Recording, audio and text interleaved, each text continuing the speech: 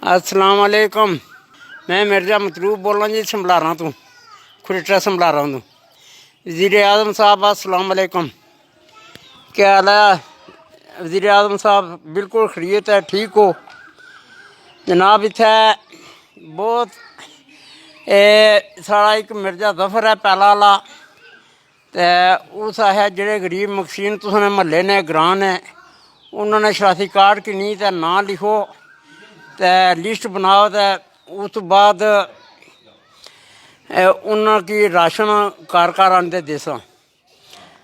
उस बाद यह है कि जिसलै मैं सारे बंदे ने शनाख्ती कार्ड किन्नी जेह्ड़े मकसीन सन उन्हें शनाख्ती कार्ड किन्नी ते 20 तो 22 बंदे माड़े कोल आए न जेह्ड़े मकसीन बेवा औरतां ते मकसीन बंदे ते जिन्होंने निक्के निक्के बच्चे भी हैन ते उन्होंने बीवियां कोई निं केइयां बंदियां नियां ते बनाई ते जिसलै मैं त्यार कीती ते मैं मिर्ज़ा जफर साहब अच्छो ते तुस माड़े कोल लिस्ट किन्नी जाओ।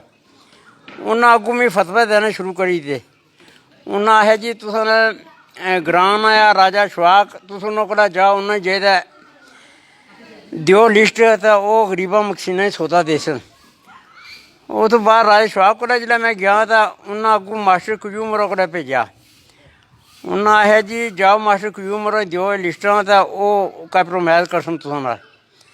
जिसलै मास्टर क्यूम होरें कोला गे आं उसलै मुड़ी दे जनाब उन्हें आखेआ जी असें ते लिस्टां बनाई ते अपने मल अफसर साहब गी दे आए आं, हून ते निं तुसें लिस्टां बननियां।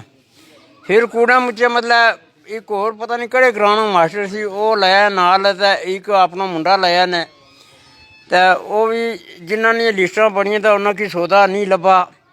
बेवा औरतां बी हैन, केईं बच्चे मैटरे बी हैन जिन्ना दी मतलब वालदा कोई निं ते प्यो हून बच्चें गी राही करै जां मतलब उन्ना की कमाई ते खुआलै कुतै। इस तरह ने काफी बंदे न साढ़े म्हल्ले म्हल्ला साढ़ा जंडाली है ते मंडा ते एक बंदा कमाने आह्ला रोजी ते 12 जी उसने सिरै पर खाने आह्ले। ओह् किस तरह अपना टाइम पास करदे, किस तरह मतलब अपना वक्त चलासी ओह्।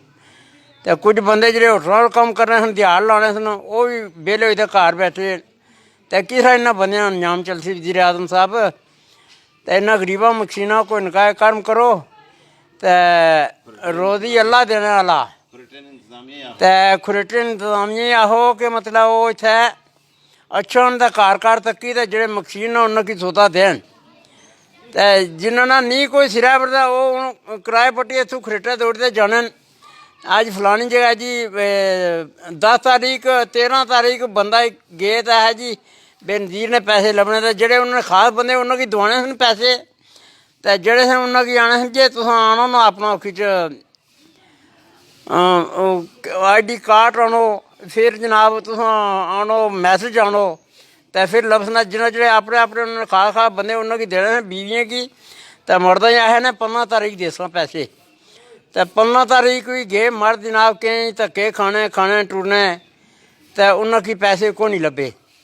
ते खरेटे इंतजामिया गी आहो कि एह् स्हेई गौर करी ते जेह्ड़े मकसीन उन्होंने हक देन ते जेह्ड़े वलायती न ओह् किन्ने ले पैसे ते जेह्ड़े मकसीन उन्ना गी कोई पुच्छना बी निं। ते इ'यै अर्ज ऐ वज़ीर आज़म साहब ते ठीक ऐ। अस्सलाम वालेकुम, खुदा हाफिज़, शुक्रिया।